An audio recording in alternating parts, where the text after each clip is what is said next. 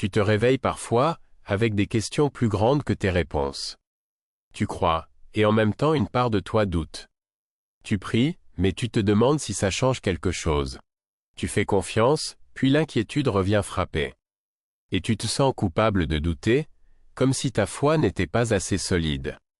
Comme si les vrais croyants ne devaient jamais avoir de questions. Comme si le doute était un péché à cacher. Mais écoute cette vérité libératrice ce matin. Le doute n'est pas l'ennemi de la foi. L'ennemi de la foi, c'est l'incrédulité qui refuse de chercher. Le doute, lui, est souvent une foi qui pose des questions. C'est un cœur qui veut croire et qui cherche des raisons de le faire. L'incrédulité ferme la porte. Le doute, lui, frappe encore à la porte. Et Dieu n'a jamais eu peur de tes questions. Il préfère un chercheur honnête à un croyant superficiel. Restons ensemble dans la parole et la prière. La Bible est remplie d'hommes et de femmes de foi qui ont aussi douté. Et Dieu ne les a pas rejetés pour autant. Prends Thomas, celui qu'on surnomme l'incrédule. Il a dit qu'il ne croirait pas à la résurrection sans voir les marques des clous. Et qu'a fait Jésus? Il n'a pas foudroyé Thomas. Il est venu spécialement pour lui a montré ses mains et lui a dit « Avance ton doigt, ne sois pas incrédule, mais crois ». Jésus a rencontré Thomas dans son doute pour l'amener à la foi. Il y a aussi ce père désespéré dans l'évangile de Marc. Son fils est tourmenté et il supplie Jésus. Et il prononce l'une des prières les plus honnêtes de toute la Bible. Marc 9, verset 24. Je crois, viens au secours de mon incrédulité. Je crois, et en même temps aide-moi là où je n'arrive pas à croire. C'est une prière qui tient les deux ensemble, la foi et le doute. Et Jésus a répondu à cet homme. Pas à sa foi parfaite, il n'en avait pas. Mais à sa foi honnête. Même Jean-Baptiste a douté.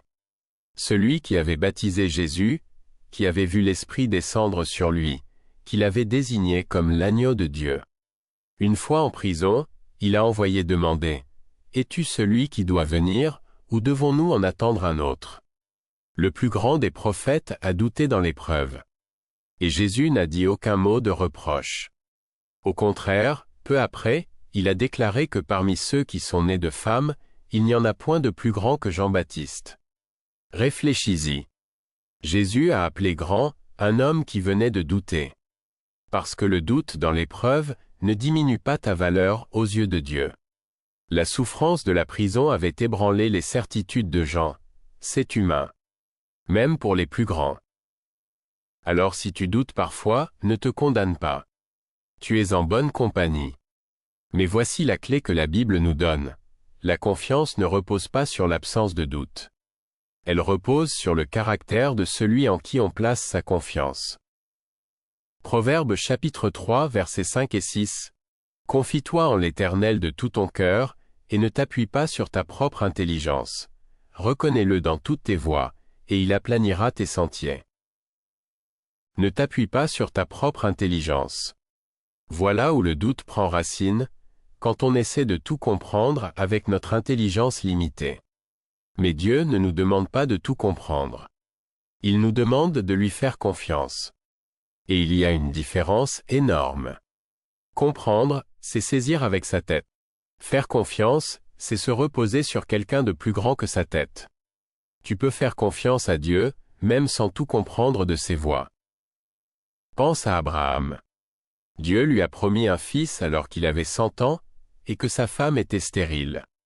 Humainement, c'était impossible.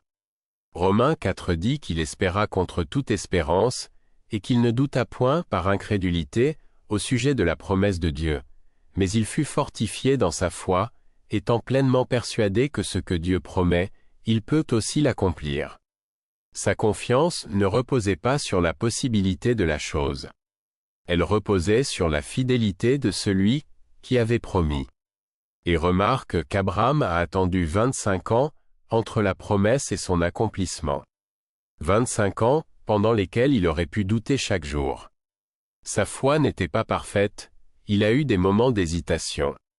Mais sur la durée, il a tenu ferme parce qu'il connaissait celui qui avait parlé. C'est ça la clé. La confiance ne regarde pas la taille du problème. Elle regarde la grandeur de Dieu. Quand tu fixes ton problème, il grandit, et ta foi rétrécit. Quand tu fixes Dieu, ton problème rétrécit et ta foi grandit.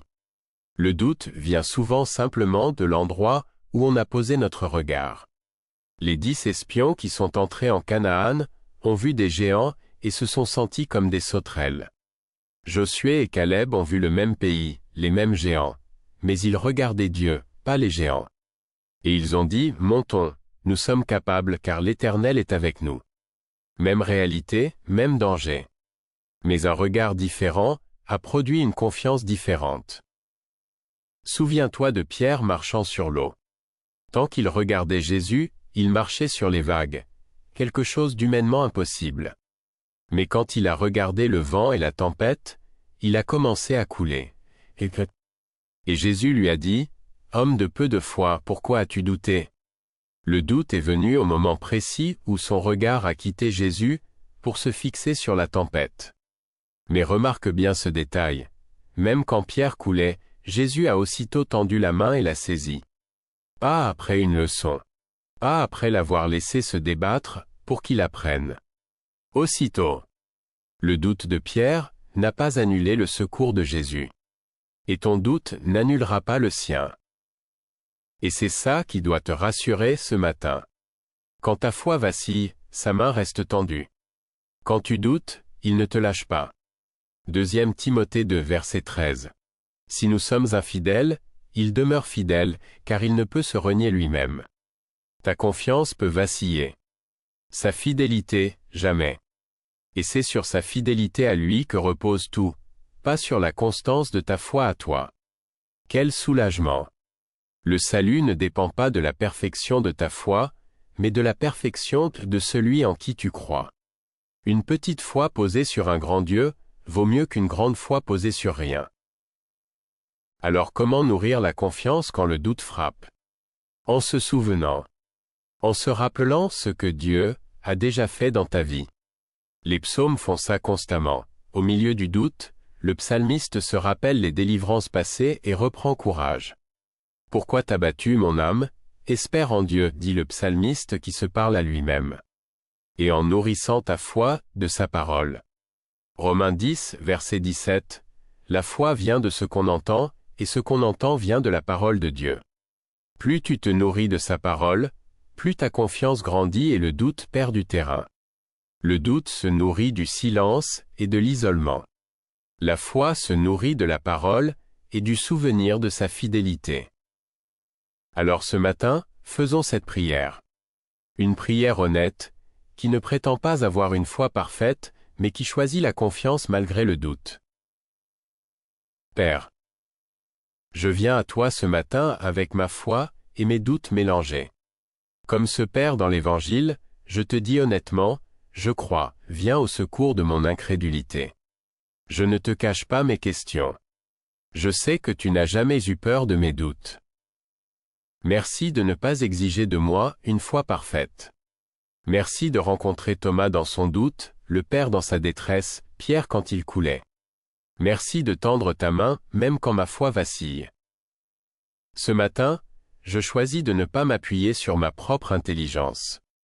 Il y a des choses que je ne comprends pas. Des situations qui n'ont pas de sens à mes yeux. Des prières qui semblent sans réponse. Mais je choisis de te faire confiance malgré tout, non parce que je comprends, mais parce que je connais ton caractère.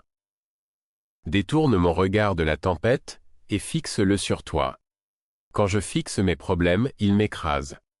Mais quand je te fixe toi, ils retrouvent leur juste taille. Aide-moi à regarder ta grandeur, plutôt que mes difficultés. Je m'appuie sur ta fidélité, pas sur la constance de ma foi. Car même si je suis infidèle, toi tu demeures fidèle.